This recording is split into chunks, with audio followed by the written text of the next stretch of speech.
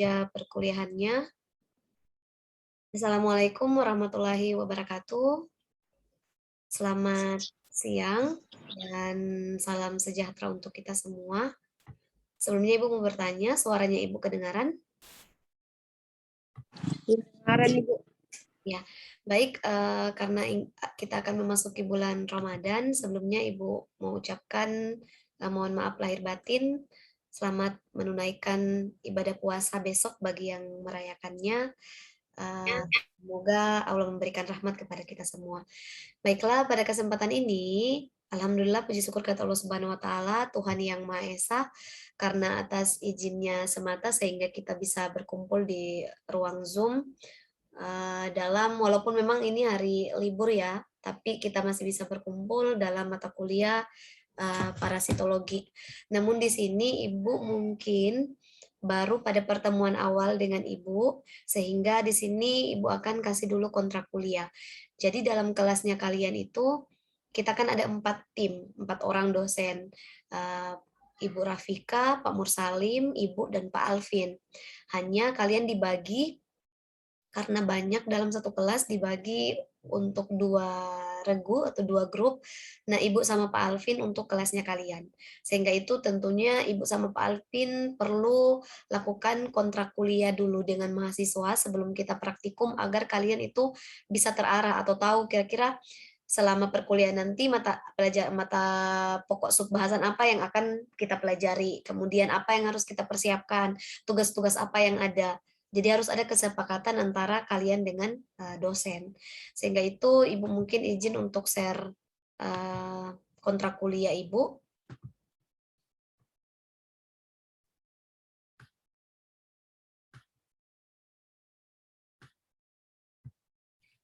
Apa kontrak kuliah yang Ibu share sudah kelihatan di kalian?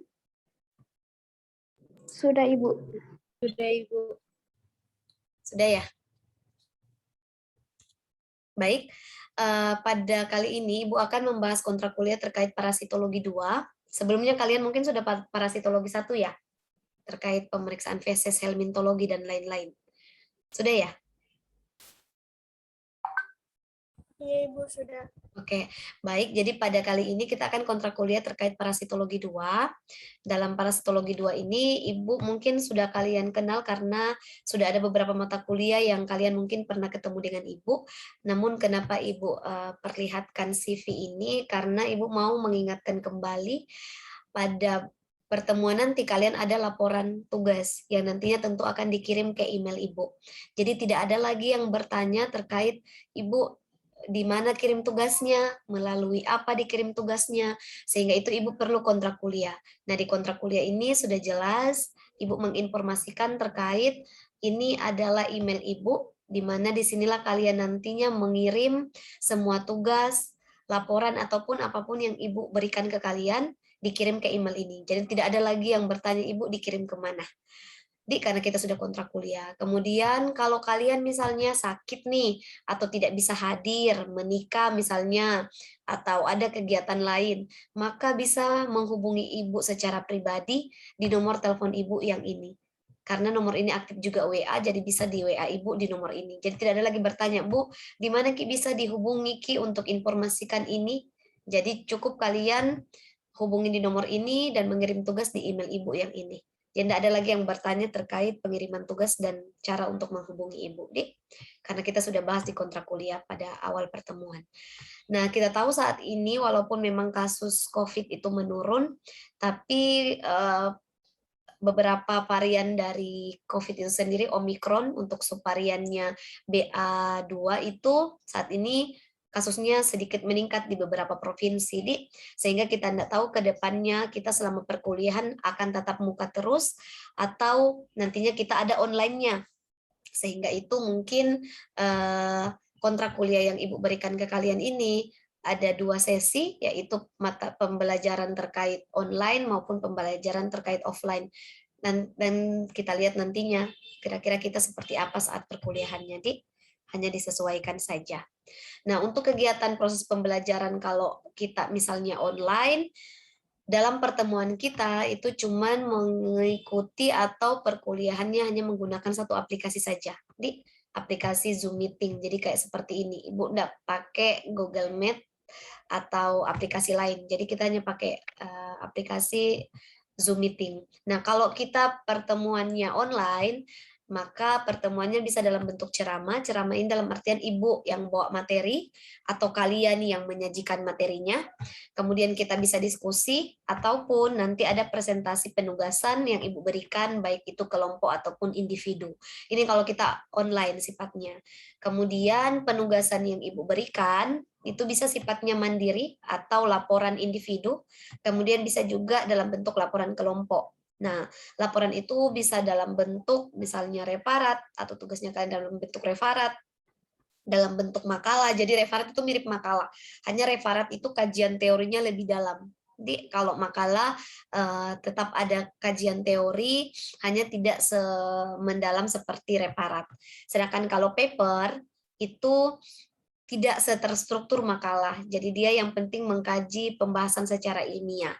Kemudian bisa juga kalian dalam artian nanti penugasannya dalam bentuk baca jurnal dan lain-lain. Baca jurnal ini pasti akan Ibu tunjuk melalui misalnya di undi nih namanya siapa yang naik untuk baca jurnal, maka dia akan presentasi baca jurnal menggunakan bahasa Inggris, insya Allah. Itu kalau kita perkuliahannya misalnya online, ataupun offline kita tetap nanti kalau ada waktu akan ada baca jurnalnya. Kemudian, walaupun online dan offline, dalam metode pembelajaran Ibu itu sistemnya adalah student center learning. Jadi pembelajaran berpusat pada mahasiswanya. Jadi kalian yang lebih banyak untuk mengkaji, lebih aktif dalam penyajian materi. Ibu di sini sifatnya seperti fasilitator yang akan meluruskan kalian saat penyajian materinya ada kekeliruan atau masih ada yang kurang, masih ada yang perlu Ibu berikan masukan, baru Ibu arahkan. Tapi pembelajaran interaktifnya lebih banyak pada mahasiswanya. Nah, kalau kita offline seperti apa? Tetap pada offline juga tetap student center learning. Jadi pusat pembelajaran itu ada di kalian. Kalian yang lebih banyak interaktif, lebih banyak presentasi dan lain-lain. Nah, kalau offline tentunya tatap muka, bisa dalam bentuk ceramah ataupun diskusi. Sedangkan dalam offline, kalian tentu langsung melakukan praktek di laboratorium. Nah, dalam bentuk demonstrasi ataupun simulasi. Nah, bedanya apa? Kalau demonstrasi, itu berarti kalian langsung menggunakan bahannya langsung. Misalnya contoh nih, yang dikatakan demonstrasi pengambilan darah vena misalnya.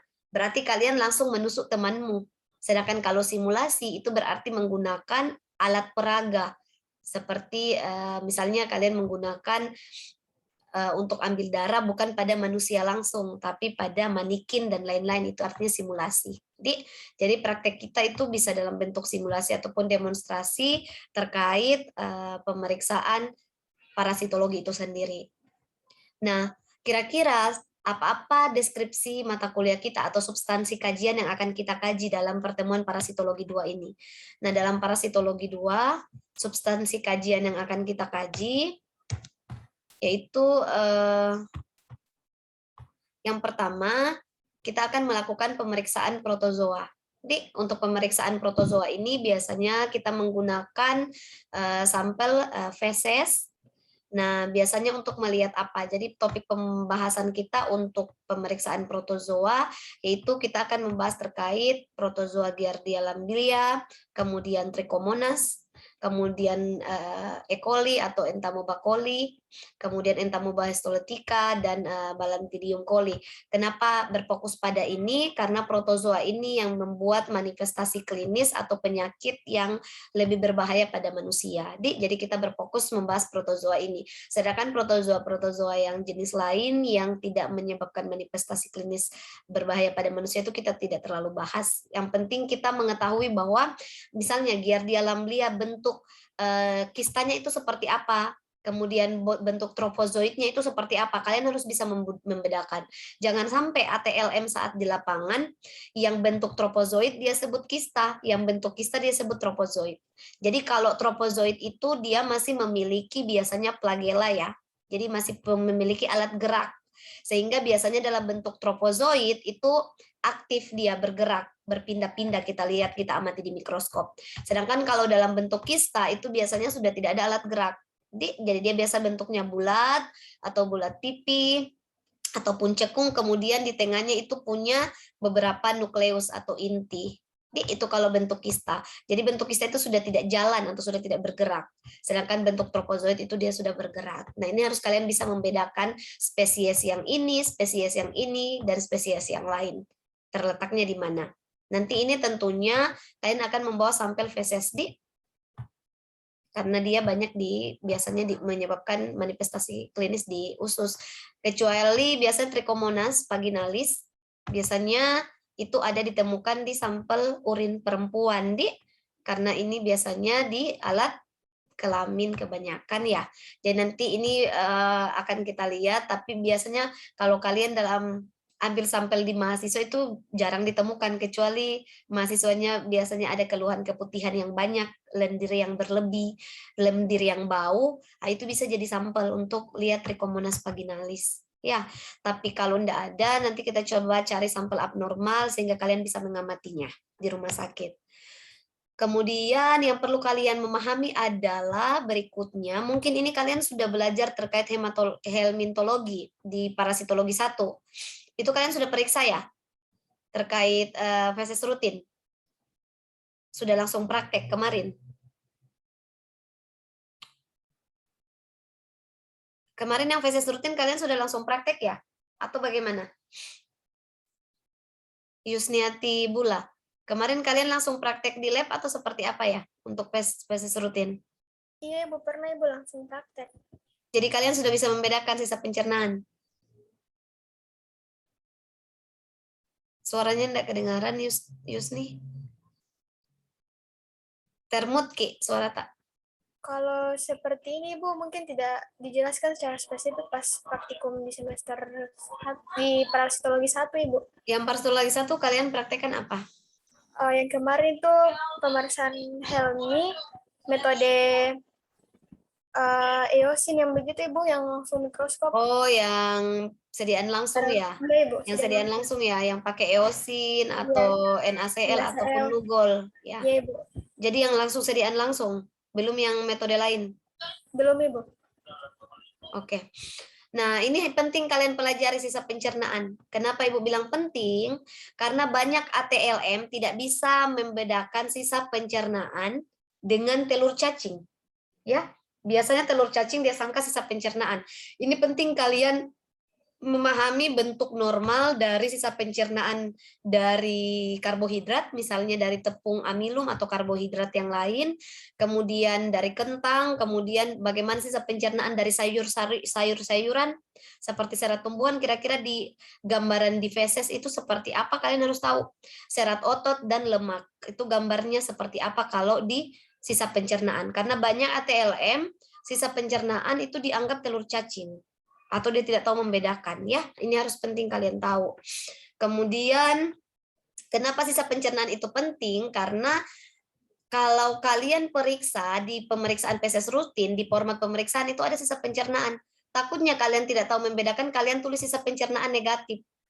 Padahal pasien tidak dehidrasi atau tidak diare yang berat, jadi harus tahu membedakan mana sisa pencernaan. Kemudian berikutnya kita akan mempelajari terkait pengamatan sporozoa. Sporozoa di sini kita berfokus pada pemeriksaan malaria, untuk pemeriksaan malaria. Nah, malaria di sini tentunya kita akan melihat hapusan darah tebal dan darah tipisnya. Di sini Ibu akan membawakan ke kalian slide yang sudah ada. Jadi Ibu ada slide yang positif, hasil pemantapan mutu eksternal dulu di rumah sakit, Ibu minta di rumah sakit Unhas untuk kalian bisa melihat langsung morfologi dari malaria ini. Jadi tapi morfologi yang Ibu ada itu baru 4 spesies karena malaria saat ini kan sudah 5. Yang kita tahu kan hanya malaria falciparum, oval, kemudian vivax dengan malariae. Padahal sudah ada lagi 1 spesies baru untuk malaria. Nah, sudah tahu apa spesies barunya? Malaria? Sudah baca-baca? Yang malaria menyebabkan di monyet itu malaria apa? Sudah pernah baca ya sebelumnya kalian? Belum pernah ada dapat teori terkait penyebab malaria?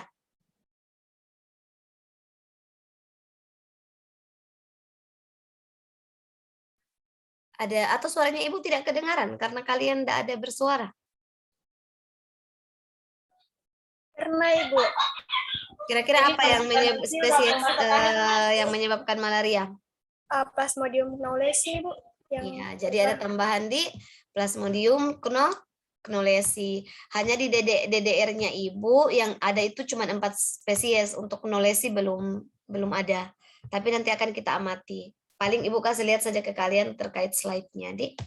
Kemudian, nah ini sebenarnya kalian dapat di parasitologi 1 terkait PSS lengkap. Cuman Ibu mau tanya, yang di parasitologi 1 kalian sudah pelajari itu apa-apa saja di sini untuk metodenya. Kalau yang tadi dikatakan kan metode langsung di direct slide, yang metode natif. Jadi pemeriksaan feses lengkap, metode natif yang direct langsung itu makroskopik dan mikroskopik yang terkait menggunakan eosin, lugol atau NaCl. Nah, kalau yang metode indirect seperti flotasi, sedimentasi, Harada-Mori dan stol kalian sudah pelajari belum? Flotasi sama sedimentasi sudah pernah, Ibu. Oh, jadi yang flotasi, sedimentasi ini sudah pernah. Iya, Ibu. Kalau Cuma yang praktek Harada-Mori belum, baru teori kemarin. Harada-Mori sama metode stol, Ya belum, Ibu. ini belum juga ya? Ini belum ya? Oh, berarti ini 2 yang belum, ini 2 sudah, ini sudah juga. Di? Oke. Terakhir yang akan kita kaji di mata kuliah ini adalah pemeriksaan larva nyamuk. Di larva nyamuk ini masuk dalam parasitologi 2. Nanti ini akan kita bahas khusus. Jadi untuk pertemuan pertama, perhatikan di sini kalian bagi pertemuan pertama itu menjadi ini kelompok 1, ini kelompok 2, ini jangan dulu, berarti kelompok ini kan sudah nih, ini sudah ya, kalian sudah, berarti kelompok 3, kelompok 4. Untuk ketua tingkat dibagi 4 kelompok, di ketua tingkat bagi 4 kelompok, kelompok 1 pembahasannya terkait pemeriksaan protozoa, berkhusus membahas terkait Giardia lamblia, kemudian genusnya Trichomonas, Entamoeba coli, Entamoeba histolytica, dan Balantidium coli. Kelompok 2 fokus membahas terkait sisa pencernaan pada feses rutin. Di sisa pencernaan pada feses rutin. Bahas terkait bagaimana gambarannya karbohidrat, sisa pencernaan karbohidrat pada feses, sisa pencernaan serat tumbuhan pada feses, sisa pencernaan serat otot pada feses, dan bagaimana sisa lemak pada feses. Kemudian untuk malaria kita topik sendiri, jadi tidak dibahas minggu depan. Kemudian berikutnya kelompok 3 bahas terkait pemeriksaan feses lengkap metode Harada-Mori. Kemudian kelompok 4 membahas terkait feses lengkap metode Stoll. Jadi bagi 4 kelompok, dan setiap kelompok dia akan ada bertindak sebagai praktikan, ada bertindak sebagai presenter atau yang menyajikan materi. Ibu akan memberikan nilai ke kalian terkait tugas ini. Jadi kalian tugasnya buat laporan dan makalah, kemudian buat juga slide-nya, atau terserah kalian mau presentasi dalam bentuk video atau dalam bentuk PowerPoint. Intinya kalian akan menyajikan materi. 4 kelompok akan naik presentasi di laboratorium itu minggu depan. Di pertemuan minggu depannya lagi, kita membahas terkait pemeriksaan ini, malaria di pengamatan sporozoa. Minggu depannya lagi kita pokok bahasannya terkait malaria. Kemudian minggu depannya lagi kita akan membahas terkait pemeriksaan larva nyamuk. Jadi minggu ini kita fokus pada protozoa, kelompok 1, kelompok 2 sisa pencernaan, kelompok 3 itu terkait Harada-Mori dan metode Stoll. Nah, untuk sisa pencernaan apa yang harus kalian bawa? Kalian harus mengamati juga di mikroskop supaya orang bisa lihat bagaimana gambaran tepung di mikroskop. Jadi tepung itu kalian blender atau hancurkan tumbuk, kemudian kasih di objek gelas dan dek gelas diperiksa di bawah mikroskop. Jadi kalian bisa lihat mengamati morfologinya. Begitu juga serat tumbuhan, serat otot, dan bagaimana lemak untuk kelompok 2. Dan untuk di slide-nya kalian harus tampilkan bagaimana karbohidrat kalau sudah dicerna oleh usus dan ada di feses rutin, seperti apa modelnya. Serat otot seperti apa modelnya. Kemudian serat tumbuhan seperti apa, lemak seperti apa nanti. Itu harus kalian sajikan di slide-nya kalian saat kalian presentasi. Metodenya, setiap kelompok akan maju ke depan, ada bertindak sebagai presenter yang akan menyajikan materi, ada sebagai praktikan. Jadi nanti yang praktikan itu apa yang disebut oleh presenter, dia langsung mempraktekkan. Kalian mengamati siapa yang praktek. Seperti itu. Setelah 4 kelompok itu presentasi semua dan mempraktekkan, kita akan rolling. Jadi dari kelompok 1 akan mencoba praktikum di kelompok 2, kelompok 2 akan coba di kelompok 3, kelompok 3 akan coba di kelompok 4. Rolling semua sampai semua kelompok sudah mencoba pemeriksaan tersebut. Oke, sudah paham? Jadi pertemuan pertama kita terkait itu, kedua baru malaria, ketiga baru pemeriksaan larva nyamuk. Keempat, kelima kemungkinan kita baca jurnal dan lain sebagainya. Sampai selesai perkuliahan praktikum kita. Ataupun kita bisa rolling untuk melatih bagaimana kalian semakin terampil dalam pemeriksaan ini. Hanya Ibu harapkan untuk misalnya kelompok 1 yang pemeriksaan protozoa, kalau bisa kalian dapat sampel positif, itu lebih bagus lagi. Jadi misalnya kalian ada dapat sampel positif yang ada Giardia lamblia, atau sampel positif yang ada Trichomonas, ada Entomobacoli, bisa minta di rumah sakit dan lain-lain, atau dan lain-lain kalian dapat, itu lebih baik. Jadi cari pada manusia-manusia yang ada menimbulkan manifestasi klinis pada pasien-pasien seperti itu. Lebih baik lagi. Atau begitu juga kelompok 2, dapat feses yang ada sisa pencernaannya, itu lebih bagus lagi kalian bawa. Jadi kalian tanyalah ke rumah sakit atau siapa yang habis banyak makan sayur, biasa kan kita BAB ada kayak serat keluar, nah itu tampung saja fesesnya. Atau kalau mau kelompok 2 nih, saat dia mau pemeriksaan, periksa sendiri fesesnya, makan sayur banyak-banyak malamnya, paginya BAB, tampung saja BAB-nya, pasti ada serat tumbuhan dan lain-lain. Jadi 1 hari atau 2 hari 3 hari sebelum praktikum, kalian periksa fesesnya. Jadi yang ada serat tumbuhan, ada serat otot, ada serat karbohidrat, feses itu disimpan. Kan bisa disimpan di kulkas nih fesesnya. Nanti kita pakai untuk praktikum di mata kuliah kita. Jadi cari memang fesesnya jauh-jauh hari, nanti ada feses yang positif itu kalian simpan. Nanti kita gunakan. Semakin bagus presentasi kalian, semakin bagus materi yang kalian sajikan, tentunya berefek pada nilainya kalian. Karena Ibu di dalam praktikum tidak ada final, tidak ada mid. Ada, tapi dalam bentuk aktif. Jadi Ibu tidak banyak kasih ujian kalian dalam bentuk pasif atau menulis, menjawab. Tapi Ibu melihat semakin kalian interaktif, aktif, Ibu akan memberikan nilai di situ. Jadi bisa saja kita tidak ada ujian resmi yang harus kalian menulis, karena kalian praktikum, itu tidak ada namanya mid dan final, tapi nilai keterampilan dan nilai pengetahuan.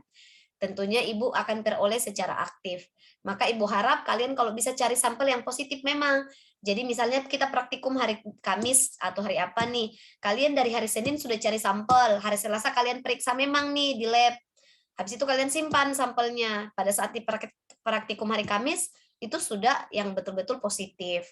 Tinggal kalian praktekkan cara kerjanya. Oke? Untuk pemeriksaan larva nyamuk, tentunya nanti ini ada pertemuan dulu 1 kali, Ibu akan sajikan kalian bagaimana cara memperoleh larva nyamuk, kemudian bagaimana cara mengamati larva nyamuk dan membedakan larva nyamuk itu sendiri berdasarkan spesiesnya. Baik itu misalnya dia spesies yang apa, di mana membedakan ini larva nyamuk betina dan jantan, apa dia ini larva Aedes aegypti, atau dia ini larva dari Anopheles, ada bentuk pembedanya. Nanti akan kita pertemuan 1 kali dulu untuk teorinya, baru kita praktekkan. Kemudian setelah itu, ini yang Ibu bilang, kenapa perlu kalian mempelajari kembali, kemarin kan kalian sudah pemeriksaan feses rutin, tapi tidak berfokus pada pemeriksaan protozoa nih. Kemudian pemeriksaan pada pengenalan sisa pencernaan. harus kalian tahu format dari pemeriksaan feses rutin di laboratorium itu seperti ini. Jadi ada pemeriksaan makroskopik, ada pemeriksaan mikroskopik. Yang dimaksud dengan pemeriksaan makroskopik adalah pemeriksaan yang bisa kita lihat secara makro atau besar. Sel-selnya itu besar atau bahan-bahannya itu besar yang bisa kita lihat secara visual, mata telanjang, itu makroskopik. Jadi bisa kita lihat dengan menggunakan mata biasa tanpa bantuan alat mikroskop. Seperti apa yang kita nilai pada pemeriksaan feses? Pertama, warnanya, warna dari feses. Nilai rujukannya itu warna adalah kuning, kuning kecoklatan sebenarnya. Jadi sedikit coklat itu no problem. Nilai rujukannya coklat atau kuning kecoklatan. Kemudian apalagi yang kita nilai? Konsistensi. Konsistensi ini bentuknya bagaimana? Dia cair kah, lembek, padat. Nilai rujukannya itu agak lembek dan berbentuk. Jadi biasanya kita laporkan misalnya nilai konsistensinya, kalau dia padat ya ditulis padat, dia cair cair, dia lembek lembek, dia lembek tapi tidak berbentuk lembek cair seperti begitu. Itu harus dilaporkan. Kemudian bau, bau itu keterangannya cuma bisa bilang khas. Tapi kalau kalian cium bau feses ada bau yang lain dari bau feses yang biasa, yang khasnya, maka catat. Misalnya bau fesesnya itu amoniak atau bau sulfur dan bau-bau apa itu harus kalian tulis. Kemudian lendir harusnya negatif. Jadi kalau ada lendir kemungkinan besar itu ada amubanya. Jadi kalau dia lendir ada itu biasa kemungkinan besar terdapat adanya protozoa. Nah, protozoa itu bisa dalam bentuk amuba tadi yang kita bahas di atas ini, bisa dalam bentuk Giardia lamblia, bisa Entamoeba coli, bisa Entamoeba histolytica dan Balantidium coli. Jadi kalau ada lendir tulis lendir positif. Positif di sini. Nilai rujukannya harusnya negatif. Kemudian darah. Darah ini ada atau tidak? Sorry. Darah ini di dalam feses kalian lihat ada bercampur darah tidak? Kalau bercampur darah tulis positif. Nah, kemungkinan darah ini ada apa? Berarti ada beberapa kemungkinan besar. Bisa ada terjadi perdarahan di saluran cerna bagian bawah, bisa juga disebabkan oleh protozoa atau parasit yang menyebabkan adanya perdarahan. Maka darah ini kalau ada positif. Nah, ini cukup untuk makroskopik. Kalau mikroskopik apa yang harus kalian pahami? Yang pertama epitel. Sehingga kalian harus mengenal bentuk-bentuk epitel. Biasanya epitel di saluran cerna hampir mirip epitel yang ada di urin. Jadi sel epitel itu biasanya dalam bentuk seperti ini, kemudian ada inti selnya di tengah. Nah, ini epitel. Bisa dalam bentuk gepeng atau pipih.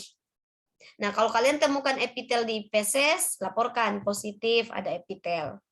Supaya ditahu, oh biasanya ini epitel salah satu tanda adanya peradangan ya, infeksi di saluran cerna. Kalau ini ada leukosit juga positif, kemungkinan ada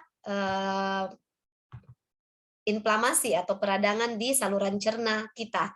Nah, sebenarnya epitel ini setiap organ ataupun sel itu beda-beda bentuknya. Epitel yang ada di lapisan permukaan saluran cerna, di bagian rektum itu lain bentuknya, di bagian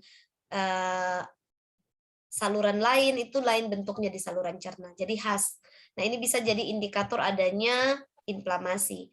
Nah, leukosit ini kita laporkan. Harusnya di feses itu tidak ada leukosit. Kalau ada leukosit berarti ada tandanya peradangan atau inflamasi karena ada sistem imun. Berarti bekerja nih sel untuk pertahanan tubuh kita. Jadi kalau leukosit ini ditemukan di feses, harusnya itu dia negatif.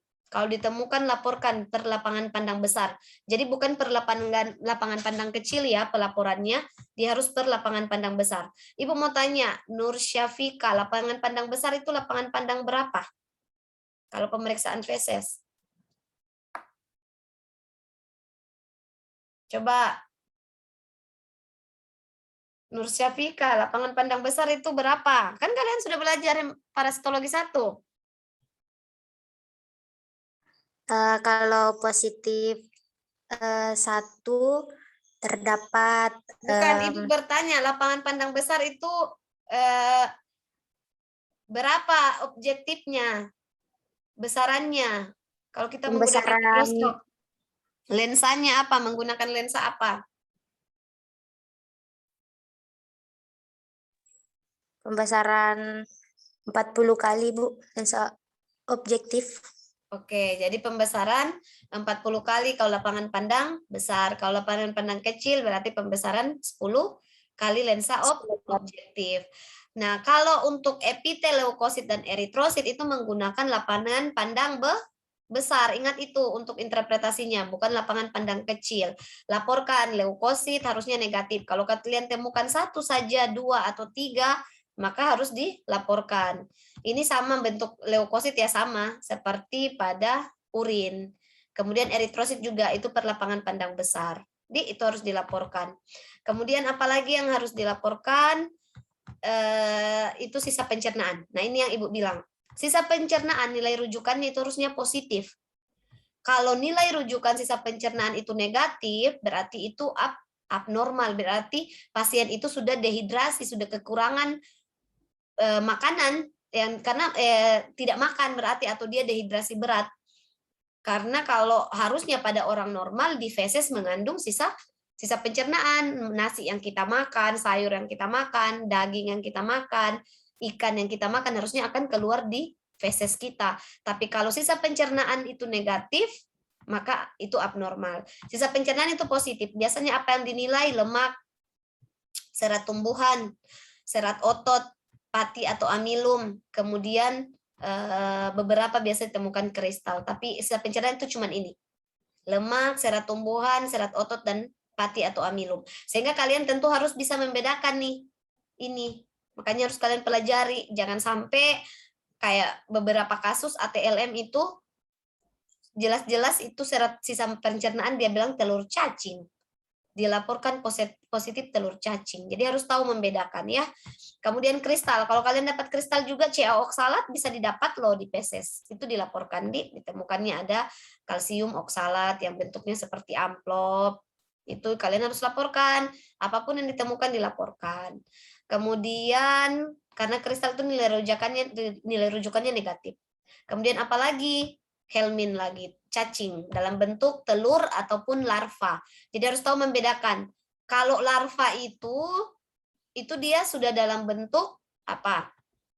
Yang bergerak ya, jadi kayak cacing kecil begini dan dia bergerak aktif, itu larva. Larva inilah dari telur cacing, misalnya ini Ascaris lumbricoides nih telur cacingnya yang sudah dibuahi. Setelah dia jadi telur cacing ini akan menetas membentuk namanya larva. Larva ini tidak bisa diamati dengan mata telanjang, harus menggunakan mikroskop. Larva ini yang biasanya masuk ke lapisan kulit di bawah kaki, anak-anak yang tidak pakai sendal, masuk di lapisan kulit tangan, dan lain-lain. Nah, ini yang bisa, kalau jadi larva dia masuk menembus lapisan kulit, akan berkembang menjadi cacing dewasa di usus. Begitu. Kemudian telur cacing ini juga bisa masuk di kuku anak-anak yang tidak mencuci tangan makan. Habis itu menetas dalam tubuh dalam bentuk larva jadi cacing dewasa. Nah, di mikroskop tidak bisa kita lihat cacing dewasa. Pengalaman ATLM lain itu dia lihat larva nih, pas dia lihat larva di mikroskop bergerak-gerak langsung dia teriak, "Wih, ada cacing dewasa." Dilaporkan cacing dewasa, bukan di larva. Cacing dewasa positif. Sejak apa cacing dewasa dilihat di mikroskop? Cacing dewasa kelihatan secara kasat mata. Jelas-jelas ada cacingnya keluar dari lubang pantat. Jadi kalau cacing dewasa yang dilihat. Ada banyak nggak bisa membedakan mana larva, mana cacing dewasa. Dia amati di mikroskop gerak-gerak seperti cacing besar begini, dia disebut ada cacing, ada cacing. Ya Allah, jadi kalian tuh harus tahu membedakan mana larva, mana telur cacing, mana cacing dewasa. Ya, cacing dewasa nggak bisa dilihat di mikroskop. Dia itu sudah langsung besar, keluar di anus pasien, biasanya bercampur dengan feses, sudah dalam bentuk cacing tanah, seperti cacing tanah yang kita lihat, sudah dalam bentuk cacing seperti itu. Jadi itu tidak dilaporkan di hasil feses rutin. Di feses rutin cuma ada telur cacing dan larva. Nah, amoeba inilah yang kita laporkan sebagai protozoa. Jadi kalau kita temukan ini misalnya Giardia lamblia, kita temukan Entamoeba coli, Entamoeba histolytica dan lain-lain, kita laporkan di amoeba. Amoeba positif, misalnya amoeba apa? Ditemukan adanya kista. dari Entamoeba coli atau ditemukan adanya trofozoid dari Entamoeba coli. Jadi harus tahu membedakan mana trofozoid, mana kista. Jadi nanti yang akan presentasi kelompok protozoa itu harus bedakan yang mana bentuk trofozoid. Kalau ada videonya lebih bagus lagi. Mana bentuk trofozoid, mana bentuk kista. Karena kita akan laporkan di sini hasil ditemukan adanya kista dan trofozoid dari Entamoeba coli misalnya. Dilaporkan di amoeba. Kemudian lain-lain kalau kita temukan ada jamur, spora jamur ataupun hipa jamur di feses itu harus dilaporkan. Berarti pasiennya jamuran nih saluran cernanya. Itu harus dilaporkan. Ada ditemukan beberapa hipa dan spora jamur. Ini kurang lebih untuk feses rutin. Kalian mungkin kemarin tidak terlalu mengkaji. Ini yang perlu diketahui. Nah, ini yang Ibu bilang. Kalau sekilas, kalian lihat ini apa? Ibu tanya, yang ini apa ini?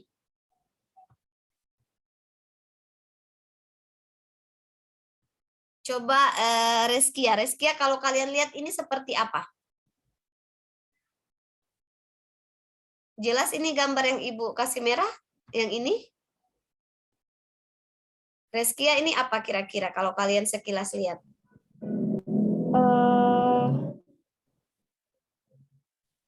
Ini bercampur nih, ada sisa pencernaan, ada ini, ada ini. Ini apa kalau yang ini? Sel epitel mungkin, Ibu. Ini, yang ini, yang ini. Kalau ini kan ada ada eritrosit, ada bakteri. Nah, Ibu satu Ibu infokan. Bakteri jangan dilaporkan di feses rutin karena bakteri adalah flora normal di usus. Jangan ini kan nanti kalian lihat banyak bakteri, ini kan bakteri ini semua yang titik-titik ini kokus. Ini juga batang. Jangan kalian bilang, "Ih, banyaknya bakterinya." Ya, nasak nih, di situ nih sumber bakteri. Jadi jangan dilaporkan banyak itu ATLM. Tidak ditemukan kista tapi banyak bakteri. Nasak mi iya, urin yang tidak boleh ada bakteri. Kalau feses, di feses mi itu pusatnya bakteri. Nah, kalau ini apa yang Ibu lingkari? Ini kan banyak nih, ada sisa pencernaan dan lain-lain. Ada ini yang Ibu lingkari ini apa? Reskia bilang epitel. Kalau Nursafika bilang apa ini? Yang Ibu lingkari merah. Ini dua. Itu apa Nursafika?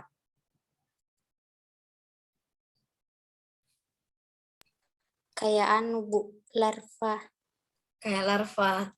Nah, kalau ini apa lagi? Ini kan banyak nih, ada banyak berapa macam. Kalau ini dua apa? Kan kalian sudah belajar nih feses rutin. Ibu mau tanya dulu, mau respon. Ini dua apa kira-kira?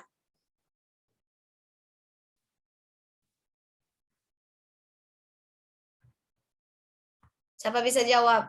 Rina Yunita, ini dua apa yang Ibu lingkari ini? Menurut Tak ini sel apa kira-kira? Telur cacing kah atau apa ini? Kan kalian sudah praktek nih telur cacing. Ini apa? Coba Rina Yunita.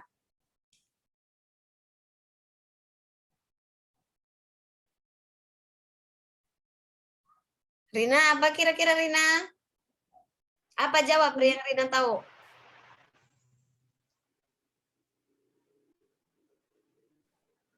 Apa nih? Apa kira-kira ini Rina? Coba. Ini kira-kira apa Rina? Sisa pencernaan apa? Jawab saja yang Rina tahu.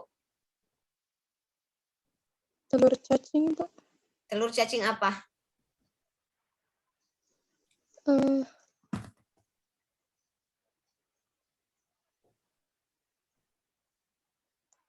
Spesiesnya apa? Apa dia ascaris? Apa dia Trichuris triciura? Enterobius, vermicularis. Oke, kalau yang ini Nur Indah Sari, ini apa? Yang ini apa? Coba Nur Indah. Ini apa Nur Indah?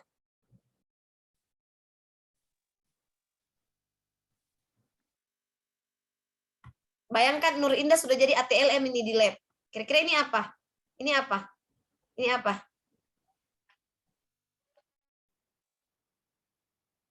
Coba. Ada yang bisa? Lemak. Oke. Jadi, semua yang ini yang Ibu lingkari ini adalah sisa pencernaan, bukan telur cacing. Seperti ini. Ini sisa pencernaan dari amilum atau karbohidrat. Nah, teman-teman biasa di ATLM yang sudah kerjain dia bilang telur cacing, positif ditemukannya telur cacing. Ini juga disebut telur cacing. Ini bukan telur cacing, ini sisa pencernaan. Harus paham. Ini juga disebut telur cacing, ini bukan telur cacing. Ini semua adalah sisa pencernaan. Ini sisa pencernaan, ini sisa pencernaan. Ini apa ini? Ini serat tumbuhan. Ini yang panjang ini begini. Ini adalah serat tumbuhan. Ini serat tumbuhan. Sayur di peses itu jadi kayak begini nih, serat tumbuhan ini. Bukan hifa. Ini orang kira hifa jamur. Padahal ini serat tumbuhan. Oke, ATLM harus tahu ini bukan telur cacing. Ini bukan juga telur cacing, ini sisa pencernaan. Ini juga bukan telur cacing, ini sisa pencernaan. Banyak sekali ATLM melaporkan ini sebagai telur cacing. Oke? Kalian harus paham. Nah, kalau telur cacing itu jelas bentuk selnya, tidak bervariasi bentuknya. Jadi kalau telur cacing askaris ya bentuknya seperti ini. Kecuali dia yang corticate, yang dibuahi dan tidak dibuahi. Contoh juga Trichuris triciura, dia jelas bentuknya seperti ini, jelas selnya di dalam, jelas tempayannya ada di ujung-ujung. Jadi kalau telur cacing itu jelas strukturnya. Kayak ini, jelas bentuknya seperti ini, begini. Itu telur cacing. Sedangkan yang bentuknya biasanya bervariasi, kistanya adalah protozoa. Tapi kalau telur cacing itu udah jelas bentuknya. Ya kalau bukan bentuk seperti ini yang kalian amati, berarti itu bukan telur cacing. Yang agak bervariasi adalah tropozoid atau kista dari protozoa. Tapi kalau telur cacing, bentuknya pasti seperti ini. Strukturnya jelas, dinding selnya jelas, bentuk selnya jelas. Kalau Trichuris ya seperti ini, tidak akan berubah jadi bentuk kayak begini. Kalau ini kan kita lihat strukturnya. Ada yang bulat, ada yang berbentuk oval setengah lempeng, ada yang berbentuk langsing seperti ini, ada berbentuk bercabang seperti ini. Ini bukan telur cacing. Dari segi morfologi saja bentuknya bervariasi. Ya, ada yang ada intinya, ada yang tidak ada intinya. Ini adalah masuk dari sisa pencernaan, biasanya untuk apa yang kita makan. Jadi harus paham. Ini sisa pencernaan, ini telur cacing. Yang berubah bentuk itu biasanya tropozoid. Dan kista agak susah berubah bentuk, tapi kalau tropozoid itu bervariasi bentuknya dari suatu protozoa. Ya, itu yang harus kalian pahami. Nah, ini yang dibilang larva. Harus tahu larva itu bentuknya seperti apa, itu seperti ini, bukan ini dibilang cacing. Ada orang atau ATLM lihat di mikroskop, dia langsung teriak, ada cacing, ditemukan cacing positif.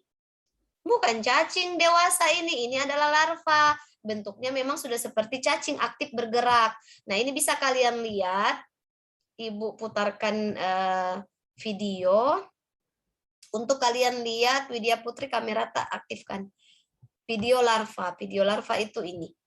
Yang baru menetas dari telurnya. Sudah kelihatan layarnya? Yang Ibu share sudah kelihatan ya? Iya, Bu, sudah. Nah, ini adalah larva yang baru pecah dari telur Enterobius vermicularis. Kalian lihat. Nah, ini larva. Ini eritrosit. Ini banyak bakteri. Nah, ini dia. Dia baru mau keluar dari telurnya. Ini baru menetas. Jadi istilahnya baru melahirkan ki. Nah, ini larva dilihat di mikroskop itu seperti ini. Larva di mikroskop itu diamati seperti ini dia. Ini larva yang baru menetas dari telurnya. Nah, kalian lihat di mikroskop nanti seperti ini. Jadi jangan dibilang ini cacing dewasa. Bisa kelihatan di kalian? Videonya kelihatan ya? Iya, Ibu. Nah, ini larva dia baru mau keluar. Ini telur cacing toh, Enterobius vermicularis. Nah, larvanya baru mau menetas, Ki, baru mau keluar. Videonya enggak terlalu lama karena ini lalu direkam Ibu. Nah, Ibu harap sampelnya kalian nanti bisa begini, jadi kalian bisa lihat. Nah, ini bakteri nih, batang. Ini bakteri kokus. Nah, ini eritrosit, ini yang kecil-kecil bakteri yang bergerak-bergerak, jangan dilaporkan bakteri flora normal. Yang kalian laporkan ditemukannya larva dan telur cacing. Nah, ini larva dari Enterobius vermicularis. Nanti kalian sebaiknya harus bisa membedakan jenis larva. Larva Ascaris itu bagaimana bentuknya. Kalau yang bergerak-bergerak kecil-kecil ini semua bakteri. Ini yang halus-halus ini semua ini kayak titik-titik dan batang-batang, ini bakteri. Nah, kita pause dulu. Nah, ini telur dari Enterobius vermicularis, larvanya baru mau keluar dari telurnya. Jadi ini larva baru menetas. Nah, posisi seperti ini jarang kita temukan. Biasanya di pemeriksaan di rumah sakit paling kita sudah lihat larvanya, tapi yang baru kayak istilahnya melahirkan begitu, baru keluar dari telurnya ini jarang ditemukan. Makanya kemarin tuh video ini didokumentasikan. Ya, ini yang disebut larva. Jadi kalian harus belajar. Nah, nanti yang presentasi minggu depan itu kalau bisa mencari sampel yang seperti itu. Yang jelas-jelas Ki bisa diamati. Video yang Ibu bagi tadi kelihatan kan? Kelihatan, Ibu. Oke, ini slide yang Ibu share sudah kelihatan di kalian? Iya, Ibu. Oke, Ibu lanjut.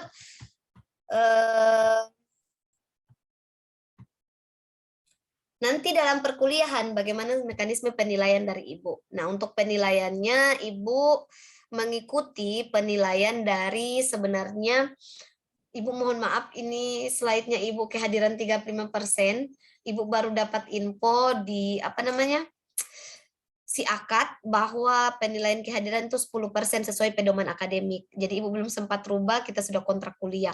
Sebenarnya Ibu biasanya penilaiannya seperti ini.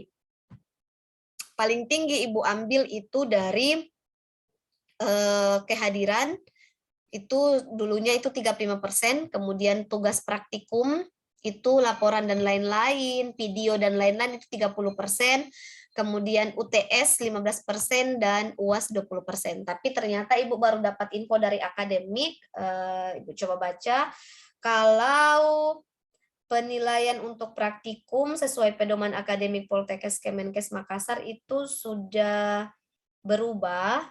Jadi untuk penilaian perkuliahan praktikum itu sudah tidak ada lagi UTS, nilai UTS dan nilai mid dan nilai final. Jadi tinggal nilai pengetahuan dan keterampilan. Kehadiran itu 10%, ini Ibu belum sempat perbaiki, jadi di sini tuh 10% nilainya sesuai dengan pedoman akademik, bisi akad. Kemudian praktikum itu penilaiannya dan penugasan praktikum 20%. Kemudian untuk pengetahuan itu 30%, jadi ada nilai pengetahuan, sedangkan nilai keterampilan itu 40%. Nah, ini penilaian kalau praktikum. Sehingga itu Ibu berharap kalian harus mahir dan terampil. Kenapa? Karena keterampilan itu nilainya tinggi, 40%. Kemudian kalian upayakan setiap tugas yang Ibu berikan, baik itu individu ataupun kelompok, mengumpulkan semua, supaya sudah dapat poin 20%, tambah kehadiran 10%, di sini kalian sudah dapat nilai C sebenarnya. Jadi kalau kalian rajin hadir, tidak pernah alpa, kemudian tugas semua terkumpul, sebenarnya sudah bisa dapat nilai C. Tinggal perbaiki pengetahuan saat Ibu respon, Ibu bertanya, kemudian Ibu langsung memberikan materi, kalian aktif, interaktif, bertanya, dan lain-lain, itu sudah bisa dapat nilai ini. Kemudian Ibu mau lihat bagaimana kalian caranya praktikum. Kalau sudah bagus, ya paling kalian dapat A ataupun B di kelas kalian. Ini terkait penilaian. Kemudian terkait tata tertib selama kita praktikum nanti, praktikum offline. Yang pertama, mahasiswa itu harus menaati protokol kesehatan yang ada. Jadi di Poltekkes Kemenkes Makassar itu sudah jelas diatur SOP protokol kesehatan praktikum selama pandemi COVID-19. Ini ada SOP-nya, yaitu menggunakan APD level 2. APD level 2 itu apa? Ini Ibu sudah informasikan, yaitu selama praktikum kita menggunakan APD level 2, yaitu jas lab, kemudian handscoon, masker, face shield, penutup wajah. Kalau tidak ada penutup wajah berarti menggunakan goggles, tapi lebih baik face shield saja. Kemudian ada head cap atau penutup kepala. Nah, itu standar untuk APD level 2. Setelah itu, kontrak kuliah kita yaitu mahasiswa hadir paling lambat 15 menit sebelum praktikum itu dimulai atau perkuliahan dimulai. Kalau terlambat, Ibu hanya kasih toleransi 5 menit setelah Ibu memulai perkuliahan. Kemudian bila ingin ke toilet, baik itu kita temu Zoom atau ketemu offline, kalian harus minta izin ke Ibu. Jadi tidak serta-merta leluasa keluar masuk di ruangan lab atau ruang pembelajaran tanpa ada izin dari dosen ataupun PLP, Pranata Laboratorium Pendidik yang mendampingi Ibu misalnya. Kemudian mahasiswa yang sakit, walaupun hanya 1 hari, harus ada surat izin atau surat keterangan sakit dari dokter, karena kehadiran itu harus 75% dalam perkuliahan ini, minimal kalau kalian mau dapat A atau B. Dan harus menginformasikan ke dosen mata kuliah langsung, misalnya Ibu, di nomor telepon Ibu, ataupun ke ketua tingkat melaporkan ke Ibu. Oke? Tidak ada istilahnya bilang, saya cuma tanya ketua tingkat, jadi harus tetap menghubungi Ibu lewat nomor telepon yang Ibu sajikan di slide sebelumnya. Kemudian selama perkuliahan ataupun kuliah offline seperti ini, itu kalian harus menggunakan pakaian yang sopan. Jadi tidak kayak Nur Syafika, pakai mukena. Jadi walaupun kalian itu online, ini Ibu masih maklumi karena belum kita kontrak kuliah, baru pertemuan awal. Tapi berikutnya ke depan misalnya kita tiba-tiba harus online nih untuk teori beberapa materi yang Ibu mau sajikan. Maka tidak ada lagi yang pakai mukena karena kayak Nur Syafika. Jadi apapun itu mau kita mata kuliah online atau offline harus menghargai mata kuliah itu. Jadi harus kita menggunakan pakaian selayaknya. Kalau tidak mau pakai seragam, waktu online tidak masalah. Yang penting pakai kemeja, lengan panjang, celana panjang, tidak juga baju tidur. Karena ada mahasiswanya Ibu, bukan kelasnya kalian, itu dia kuliah online, asik kuliah-kuliah, lengannya kelihatan sama pahanya, HP-nya ditaruh ke bawah, tidak sadar, asik nih, mukanya ke sana kemarin, tidak tahu pahanya itu sudah ada di Zoom. Kan tidak enak disampaikan. Jadi tinggal Ibu bilang atas nama ini coba perbaiki HP, tak kelihatan itu bagian dari tubuh tak yang tidak bisa dilihat. Masalahnya Ibu biar kontrak kuliah kan Ibu untuk kalian bisa mengulang kembali, Ibu biasa upload di YouTube supaya kalian bisa pelajari di upload di YouTube-nya Ibu. Nah, kalau kalian kelihatan lengannya, kelihatan pahanya, bagaimana mau diupload? Baru jelas-jelas dia bergerak ketawa-ketawa asik sendiri dan tahu pahanya sama betisnya kelihatan baru atasannya berjilbab. Maka dari itu, dari pengalaman Ibu seperti itu, Ibu anjurkan ke mahasiswanya Ibu saat kontrak kuliah. Tidak boleh lagi atasannya jilbab sampai sini. Wajahnya atau kelihatan dia cuma dahinya begini, kayak Nur Syafika yang cuma begini-begini terus. Bagian hidung ke atas kelihatan. Padahal kalau turun ke bawah pakai celana pendek. Jadi tidak boleh. Upayakan duduk manis seperti Nur Indasari, kelihatan semua. Yusniawati Bula itu kayak serius sekali, siap belajar. Begitu, Ibu amati kalian satu persatu. Ini juga Tuti, bagian hidung ke atas kelihatan. Yang siap belajar tuh Nur Syahra, Pahira, bagus duduknya. Yami Makere, Queen. Itu yang lain. Ujung-ujungnya ujung-ujung mata. Nur Syafi kami itu, ujung-ujung mata kelihatan. Dari tadi, makanya yang cuma ujung-ujung mata itu yang Ibu tanya-tanya terus. Oke, jadi harus bagus menggunakan seragamnya. Nanti kalau di lab pakai seragam, kemudian pakai APD. Kemudian hari ini tidak masalah kan, kita belum kontrak kuliah. Kemudian tidak menggunakan sandal biasa. Kalau di lab ya bisa pakai sandal kodok yang tertutup atasnya itu, yang sandal lab itu bisa. Kemudian selama praktikum kalian tidak bisa mengoperasikan handphone. Kecuali mengoperasikan handphone itu untuk video, foto pembelajaran itu tidak apa-apa. Kalau kalian mau video ibu sementara menjelaskan, atau video temannya menjelaskan, video alat bahan, foto, dan lain-lain, itu tidak masalah. Karena memang di tugas akhir kalian, kalian akan membuat video pembelajaran. Jadi video praktikum, bukan video pembelajaran, sorry. Video praktikum per kelompok. Jadi misalnya kelompok 1 terkait protozoa, dia akan buat video praktikum terkait protozoa, terkait malaria, terkait larva. Tugas akhirnya adalah membagikan link videonya di grup. Sehingga nanti ibu akan nilai, semakin bagus videonya, semakin menunjang nilai penugasan. Jadi penugasannya ibu itu ada penugasan kelompok, yaitu laporan kelompok, kemudian ada penugasan individu yang merangkul dari pertemuan awal sampai akhir, kemudian ada penugasan membuat video praktikum, sehingga bisa merekam. Mengoperasikan handphone di luar merekam ataupun foto itu bisa mengangkat telepon kecuali menerima telepon dari pertama ayah ibu, orang tua kandung, pokoknya orang tua kalian, orang tua ibu tiri, ibu kandung, ibu angkat, yang penting orang tua. Kemudian kakak kandung dan kakek dan nenek. Jadi itu bisa. Kalau om, sepupu sekali-sekali itu tidak bisa. Apalagi pacar. Tidak bisa, Mi. Tapi ibu melihat mahasiswa sekarang pintar, Mi. Karena kontrak kuliah ibu bilang itu, dia gantilah nomornya pacarnya menjadi ayahku. Bukan Mi my hubby, atau bukan Mi my beloved, atau bukan Mi kekasih hatiku, pujaan hatiku, berlianku. Terganti menjadi mamaku, ayahku. Ibu-ibu, ada izin ibu, ada telepon dari mamaku. Pas angkat, saya dengar Kina bicara begini, sayang, masih mata kuliah, Kak. Udah ternyata bukan ki mamanya, ganti nih pas masuk praktikum, berubah menjadi ibuku, padahal ayang omainya. Jadi mahasiswa sekarang pintar-pintar nih. Jadi harus jujur, betul-betul yang kalian angkat telepon orang tua, bukan nih my hubby. Ibu dapat di mata kuliah imunologi, nah tulis ayahku. Pas angkat, ibu coba pergi lihat. Sayang belum Pak, sebentar kok jemput di masih praktikum Kak sayang. Masa begitu sampai ternyata pacarnya ganti ke ayahku karena sudah kontrak kuliah. Oke. Kemudian selama ujian nanti tidak ada ujian susulan atau perbaikan, Dik.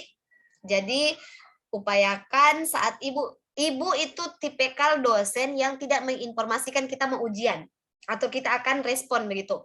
Jadi tiap hari kalian harus standby nih, belajar memang. Jadi kalau kalian tahu, oh iya mau masuk parasitologi, saya bawa terkait protozoa, malamnya itu belajar nih cara kerjanya, prinsipnya, apanya. Karena ibu tidak pernah bilang kalau mau final, misalnya kita besok mau ujian, ibu tidak pernah informasikan. Tiba-tiba pas masuk kita semua ujian. Jadi harus siap memang. Di waktu kumpul tugas, laporan ataupun video tadi, kalian kumpul minimal toleransinya 1 hari setelah tanggal ditentukan. Misalnya ibu bilang kumpul tugas terakhir tanggal 3 jam 12 malam. Maka ibu masih terima kalau terlambat dikumpul tanggal 4 jam 12 malam. Jadi cuma toleransi 1 hari. Setelah itu ibu sudah tidak nilai lagi.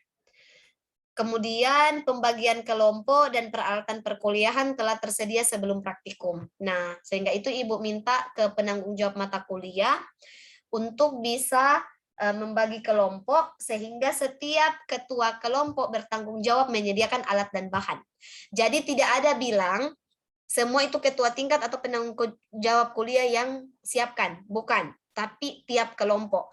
Ketua tingkat dan penanggung jawab mata kuliah cuma menyediakan LCD, kabel HDMI, sambungan colokan, itu saja. Tapi kalau alat, bahan, dan lain-lain yang sediakan adalah koordinator setiap kelompok. Jadi setiap kelompok tunjuk siapa chipnya, siapa ketuanya. Nah setelah itu, setiap kelompok itu buat papan nama dari kertas HPS saja lipat, baru tulis kelompok 1, apa topiknya kalian? Pemeriksaan protozoa. Nah setiap kelompok pada saat praktikum sudah ada papan namanya. Yang tidak lengkap papan nama, ibu kasih keluar dari praktikum. Bukan kasih keluar, hadir tetap di dalam, tapi ibu tidak nilai sebagai dia hadir.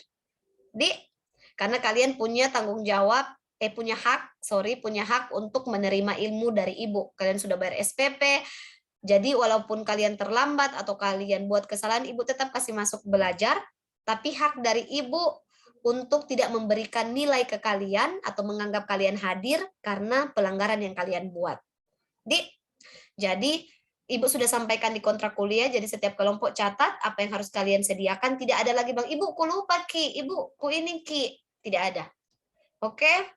Kemudian selalu menjaga kerapian dan kebersihan ruangan lab. Setiap kelompok bertanggung jawab atas kebersihan ruangan, alat dan bahan yang digunakan, dikembalikan ke tempat semula. Jadi kalau ada yang pecah, ada yang apapun, itu bukan tanggung jawab dari dosen mata kuliah atau ketua tingkat, tapi setiap kelompok. Jadi harus dijaga baik-baik. Kemudian di akhir praktikum, kalian harus membuat satu laporan sementara untuk setiap kelompok, sesuai dengan percobaan yang kalian lakukan atau praktikum yang kalian lakukan. Misalnya kelompok protozoa, kelompok 1, maka dia buat laporan sementara sesuai apa yang dia praktekkan. Laporan sementara ditulis tangan dalam satu kertas dengan topik atau sub yang harus dicantumkan adalah hari tanggal, judul praktikum, tujuan praktikum, prinsip kerja, cara kerja dalam praktikum, hasil pengamatan tak itu apa? Hasil pengamatan tak itu kita gambar sesuai pengamatan yang kalian peroleh di mikroskop. Gambar saja pakai tulis tangan. Mau diwarnai, mau tidak, terserah. Setelah itu, tanda tangan setiap praktikan di laporan sementara, siapa namanya ditanda tangan semua, kemudian minta tanda tangan dari dosen pembimbing. Tapi di sini dosen pembimbing akan periksa dulu laporan tak di ACC atau tidak. Kalau sudah bagus laporannya, sudah sesuai, maka Ibu akan ACC dan berikan nilai di situ. Saat Ibu ACC dan berikan nilai, baru kalian bisa membuat laporan lengkap yang diketik pakai mesin laptop. Bukan mesin ketik, yang diketik pakai laptop. Nah, ini yang Ibu bilang SOP untuk praktikum. Pertama, mahasiswa datang, kemudian mahasiswa yang datang itu menjaga jarak, berdiri sesuai jarak 1 meter, ambil posisi masing-masing. Setelah itu, setiap mahasiswa yang sudah mengatur posisi akan mencuci tangan, tapi kalau ada hand rub pakai saja hand sanitizer. Setelah itu, Ibu kasih kesempatan mengambil barang di loker ataupun dimanapun. Habis itu, Ibu akan lakukan pengukuran suhu badan. Habis itu kalian setelah diukur suhu masuk ke dalam lab, duduk di meja masing-masing. Jadi makanya Ibu bilang setiap kelompok menyediakan papan nama kelompoknya dan kursi kelompoknya dan alat dan bahan. Jadi saat teman tak masuk ke ruangan, langsung duduk di kursi yang ada nama kelompoknya. Tidak lagi berkeliaran ke sana kemari mencari tempat duduk. Jadi harus disediakan memang nama kelompok dan kursinya masing-masing. Setelah itu tetap protokol kesehatan, selesai perkuliahan keluar satu-satu, ambil barang, cuci tangan, habis membersihkan diri baru pulang ke rumah masing-masing atau praktikum berikutnya. Nah, Ibu bilang ke kalian bahwa tugasnya kalian ada laporan kelompok, laporan lengkap, dan laporan individu dan video. Kemudian setiap selesai praktikum ada laporan sementara. Nah, laporan sementara dari kelompok akan dilampirkan di laporan lengkap kelompok. Untuk laporan lengkap kelompok yang diketik itu, formatnya yang Ibu sediakan ini. Jadi harus sesuai format. Kalau tidak sesuai format ini, maka mengurangi poin nilai kalian. Tidak ada lagi bertanya, Ibu, formatnya bagaimana? Ibu sudah bahas di kontrak kuliah. Pertama, formatnya yang paling luar ada cover laporan praktikum. Cover laporan praktikum terdiri dari apa judulmu, yang kau bawa, misalnya kelompok 1, praktikum pemeriksaan protozoa. Kemudian ada logo institusi, kemudian ada nama dan NIM setiap kelompok, kemudian setelah itu ada nama perguruan tinggi, ada program studi dan tahun. Itu isi cover. Kemudian ada kata pengantar. Setelah kata pengantar ada daftar isi. Kemudian isi laporan. Isi laporan terdiri bab 1, pendahuluan. Pendahuluan terdiri dari latar belakang dan manfaat praktikum. A, latar belakang, B, manfaat praktikum. Kemudian bab 2 terdiri dari tinjauan praktikum. Tinjauan praktikum ada hari tanggal praktikum, kemudian ada judul praktikum, ada tujuan praktikum, ada prinsip dari praktikum tak, ada dasar teori, dan ada prosedur pemeriksaan. Nah, prosedur pemeriksaan terdiri dari praanalitik, apa saja, bagaimana persiapan praktikan, bagaimana persiapan pasien, bagaimana persiapan alat bahan. Kemudian selama analitik, terdiri dari prinsip kerja dan cara kerja. Pasca analitik terdiri dari bagaimana menginterpretasikan hasil. Jadi nilai rujukannya seperti apa. hasilmu seperti apa. Kemudian dokumentasi hasil pengamatan. Ini hasil foto yang betul-betul kalian praktekkan setiap kelompoknya. Di habis itu bab 3 keterbatasan praktikum. Dalam bab 3 ini keterbatasan praktikum, tuliskan apa kekurangan selama kalian praktikum atau mata kuliah ini. Misalnya contoh, tidak adanya regen ini, tidak adanya alat ini, Ibu Yaumil terlalu cepat bicara, materi yang Ibu Yaumil sajikan saya tidak mengerti. Tulis saja, Ibu tidak akan marah karena itu Ibu ancam dapat nilai error. Tidaklah. Kalau kalian bilang Ibu Yaumil terlalu cepat bicara, tidak memahami, Ibu tidak akan marah. Karena itu adalah sebagai bahan masukan untuk Ibu dan institusi untuk bisa memperbaiki ke depannya perkuliahan kita seperti apa. Jadi Ibu butuh, karena Ibu tidak bisa menilai diri Ibu sendiri, maka Ibu butuh kalian untuk bisa menilai bagaimana proses perkuliahan kita supaya ke depannya Ibu bisa mengembangkan diri, memperbaiki yang ada keterbatasannya untuk bisa lebih baik lagi untuk perkuliahan berikutnya. Jadi Ibu sangat membutuhkan masukan saran dalam keterbatasan praktikum agar bisa Ibu sampaikan ke misalnya institusi untuk memperbaiki keterbatasan itu. Misalnya laboratoriumnya tidak lengkap alat bahan atau apa, itu sangat kita butuhkan supaya penilaian kalian itu bisa menjadi masukan dan acuan kita untuk mengembangkan institusi kita lebih baik lagi, agar pada pertemuan parasitologi ke depan dengan mahasiswa yang lain, Ibu bisa menggunakan masukan kalian untuk memperbaiki diri. Kemudian terakhir kesimpulan dan saran. Di kesimpulan ini kalian masukkan video. Nah, link video. Di kesimpulan itu masukkan juga link video praktikum yang telah kalian buat. Ada di kesimpulan. Jadi berarti otomatis tugas ini akan serentak juga dengan tugas video kalian. Jadi di kesimpulan masukkan juga link video praktikum. Kemudian daftar pustaka minimal berisi 10, minimal 2 dari textbook atau buku, 8 dari jurnal ilmiah. Bisa lebih tapi minimal itu 10, 2 dari buku, 8 dari jurnal. Bahasa Inggris atau bahasa Indonesia. Kemudian daftar lampirannya itu terlampir yang pertama, lampirkan laporan sementara yang sudah ada tanda tangan dan ACC serta nilai dari saya. Jadi yang tulis tangan tadi kalian foto atau scan, masukkan di daftar lampiran. Yang sudah ada nilai dan ACC dari Ibu. Jadi yang belum ada ACC belum bisa buat laporan lengkap. Kemudian daftar lampiran berikutnya adalah seluruh biodata praktikan, minimal terdiri nama, tanggal lahir, kemudian alamat, hobi, moto, email, nomor HP, dan yang paling penting ada fotonya. Kenapa? Karena Ibu enggak tahu mukanya kalian. Jadi Ibu mau tahu, oh misalnya namanya Rizky, oh mukanya begini, hidungnya mancung, matanya bulat,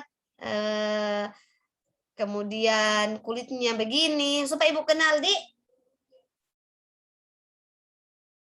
Mohon maaf Ibu minum. Jadi minimal ada ini. Jadi selebihnya tiap kelompok harus ada biodata seluruh praktikan.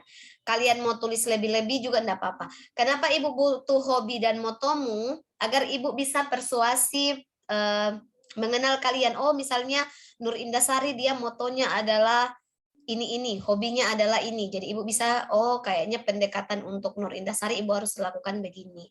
Karena kita dosen dibekali untuk bisa mengenal berdasarkan hobi dan moto kalian, supaya Ibu kan tak kenal maka tak sayang. Supaya Ibu bisa sayang kalian, Ibu harus tahu, oh kayaknya Nur Indah ini dia harus diajar tipikal begini, karena dia sukanya seperti ini. Jadi Ibu mau lihat bagaimana, jangan hobi nonton drama Korea. Moto, bisa jadi istri Lee Min Ho. Jangan begitu. Coba buat moto yang memajukan dirimu sendiri. Moto yang bisa memotivasi orang lain. Nah, hobi nonton Korea enggak masalah untuk selingan. Tapi lebih bagus adalah fokus untuk jadi mahasiswa yang lebih baik lagi. Untuk sukses ke depan. Oke, Ibu mungkin sudah jelas di kontrak kuliah. Tidak ada yang Kayaknya tidak ada lagi yang kurang untuk perkuliahan kita, jadi tidak ada lagi yang bertanya, sudah jelas. Jadi yang terakhir yang Ibu mau informasikan, ini kan untuk laporan kelompok. Nah, di akhir ada juga tugas individu. Kalau laporan kelompok kan apa saja yang kalian praktekkan. Misalnya kalian dapat tugas protozoa, maka laporannya cukup protozoa. Tapi kalau laporan individu dari awal sampai akhir, dari semua praktikum. Jadi misalnya laporan protozoa kamu juga ada, laporan malaria juga ada, laporan larva nyamuk juga ada. Formatnya seperti ini. Hanya kalau laporan individu tentunya bab 2-nya tinjauan praktikum banyak. 1, laporan praktikum terkait pemeriksaan protozoa. 2, pemeriksaan DDR. 3, pemeriksaan larva nyamuk. Jadi pasti akan banyak kalau laporan individu. Kalau laporan kelompok, apa yang kalian praktekkan? Jadi laporan, makanya Ibu bilang setelah kalian praktikum harus rolling semua kelompok, semua orang ke semua pemeriksaan. Saat rolling itu kalian harus foto masing-masing, praktek sendiri-sendiri masing-masing karena ada laporan sendiri-sendiri. Jangan berharap ke teman. Kenapa Ibu kasih begini? Supaya kalian semua belajar. Tidak berharap pada satu teman saja. Oke, sudah paham? Jadi ada 3 jenis tugas.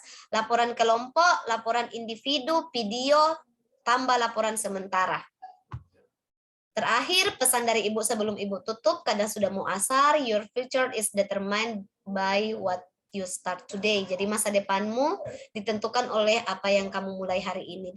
Jadi kalau ingin menjadi pribadi yang lebih baik, mohon maaf, laptopnya Ibu lowbat.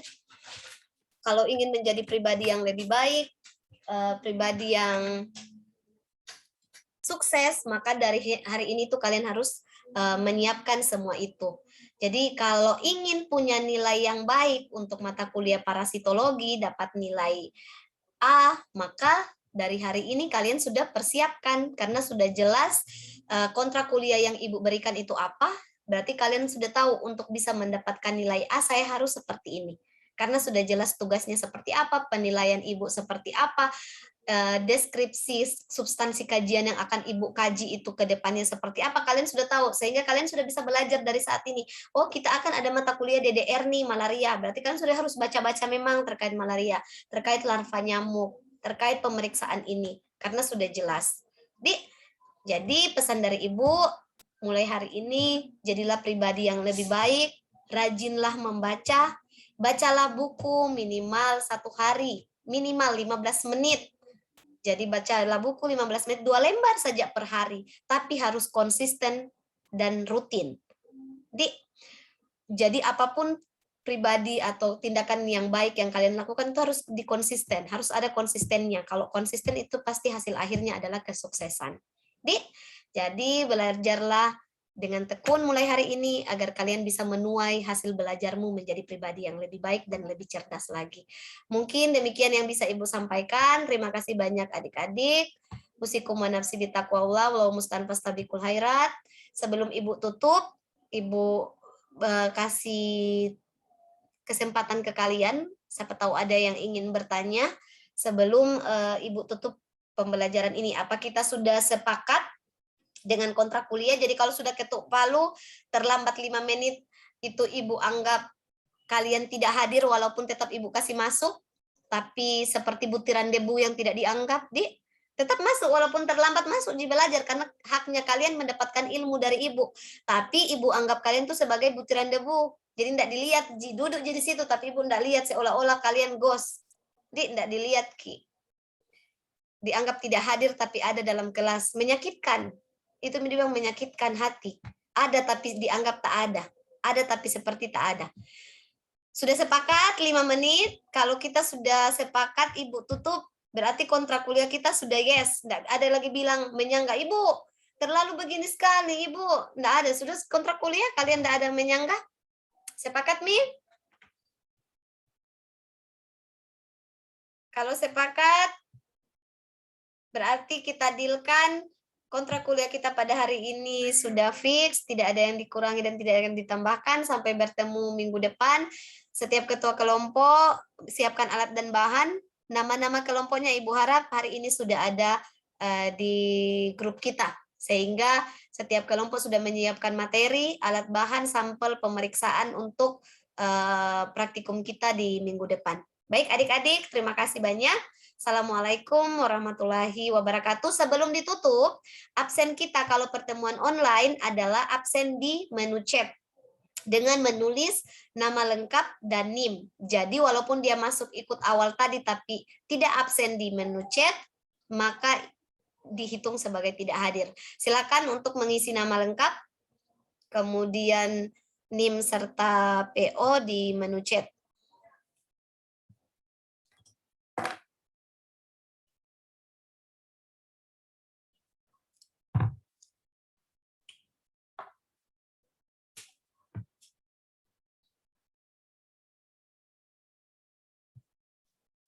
Nurul Fauzia, mukamu mana Nurul?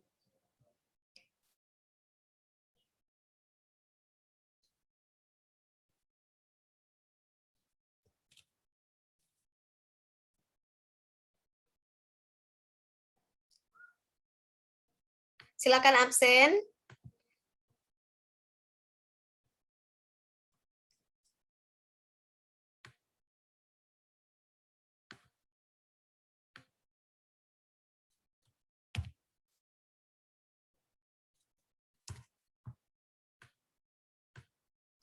Sudah absen semua?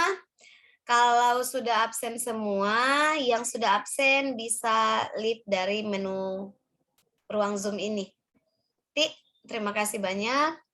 Assalamualaikum warahmatullahi wabarakatuh.